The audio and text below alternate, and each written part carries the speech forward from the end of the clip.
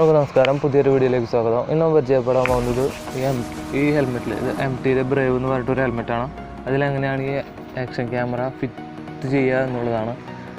ഈ action camera ഒന്ന് fit ചെയ്ത് ഒരു MCയിൽ അങ്ങനത്തെ കാര്യങ്ങൾ വെച്ചിട്ടാണ്. അത്യാവശ്യം ഡ്രിൽ ചെയ്യേണ്ട കാര്യം അങ്ങനെ ഒന്നും വന്നില്ല. ഇത് ഞാൻ അങ്ങനെ കാണിച്ചു തരാം.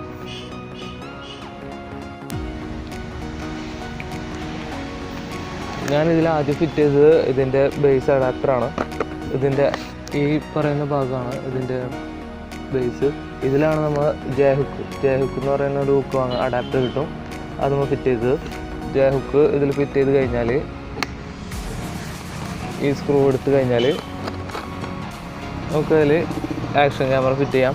പക്ഷേ ഈ ആംഗിളിൽ ആക്ഷൻ ക്യാമറ ഫിറ്റ് ചെയ്ത് കഴിഞ്ഞാൽ എന്താ പ്രശ്നം എന്ന് വെച്ചാൽ അതിൻ്റെ ആംഗിൾ കറക്റ്റ് കിട്ടുന്നില്ല.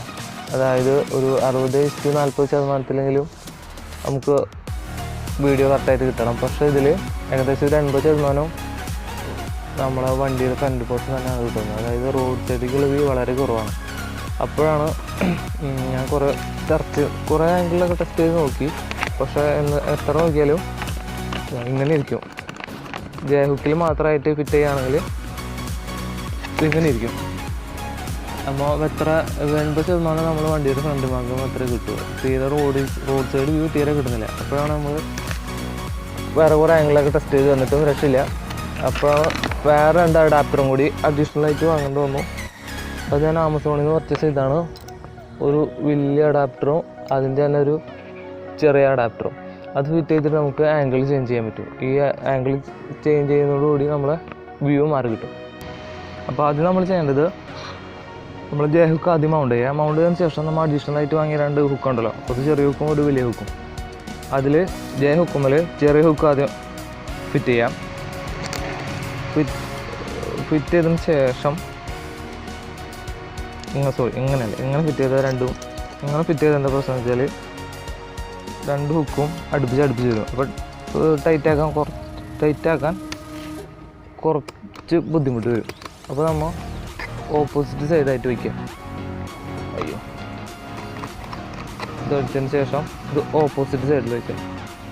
അപ്പോൾ ഈ ഹുക്ക് ഇവിടെയും ഇത് ഇവിടെയും വരും, ഈ സ്ക്രൂ ഇവിടെയും വരും, ഇത് ഇവിടെയും വരും. അപ്പോൾ അങ്ങനെ ടച്ച് ചെയ്യണ ബുദ്ധിമുട്ട് വരില്ല.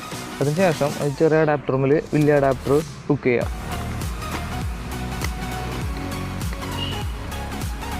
ടൈറ്റാക്കിയ ശേഷം ഈ വലിയ ഹുക്കുമ്മിൽ നമ്മൾ ക്യാമറ മൗണ്ട് ചെയ്യാം. ഇങ്ങനെ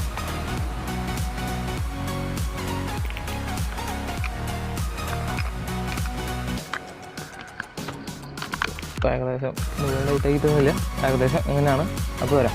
അപ്പോൾ നമുക്ക് ഇഷ്ടമുള്ള ആംഗിൾ എടുക്കാൻ വളരെ സിമ്പിളാണ്. ഇത് ലൂസാക്കിയിട്ട് ഇങ്ങനെ മാറ്റി നമുക്ക് ആംഗിൾ കിട്ടും. ഇപ്പോൾ നമുക്ക് വേണ്ട ഏകദേശം ആംഗിൾ ഇതാണ്. ഏകദേശം ഇതാണ്. അപ്പോൾ ചിലവ് ചമച്ചും വരും. ഇത് നമ്മളെ ഹെൽമെറ്റിൻ്റെ ഉള്ളിൽ കൂടെ നോക്കുമ്പോൾ ക്യാമറ കാണും, നമ്മൾ അടിക്കാൻ കാണും. അപ്പോൾ അങ്ങനത്തെ പ്രശ്നമൊന്നുമില്ല.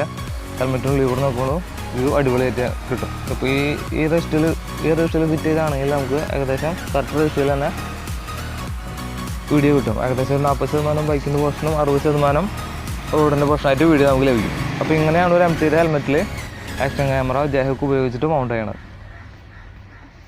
ആക്ഷൻ ക്യാമറ ഫിറ്റ് ചെയ്ത് കഴിഞ്ഞാൽ ഇത് ഉപയോഗിച്ചിട്ട് നമുക്ക് ഇനി ഒരു റൈഡ് നോക്കി നോക്കാം. അപ്പോൾ അതിൻ്റെ ആംഗിൾ കറക്റ്റാണ് നോക്കാം. ആംഗിൾ കറക്റ്റ് അല്ലെങ്കിൽ അതിന് ജസ്റ്റ് അഡ്ജസ്റ്റ്മെൻറ്റ് വരുത്തിയിട്ട് നമുക്ക് ശരിയാക്കി എടുക്കാം. അങ്ങനെ ശരിയാക്കി എടുത്തതിന് ശേഷം ഈ ഹുക്കിൽ എന്തെങ്കിലും മാർക്ക് ചെയ്ത് വയ്ക്കുകയാണെങ്കിൽ നമുക്ക് അടുത്ത പ്രാവശ്യം ഈ ക്യാമറ ഫിറ്റ് ചെയ്യുമ്പോൾ യാതൊരു കുഴപ്പമില്ലാണ്ട് അതേ ആംഗിൾ ഫിറ്റ് ചെയ്ത് വയ്ക്കാം.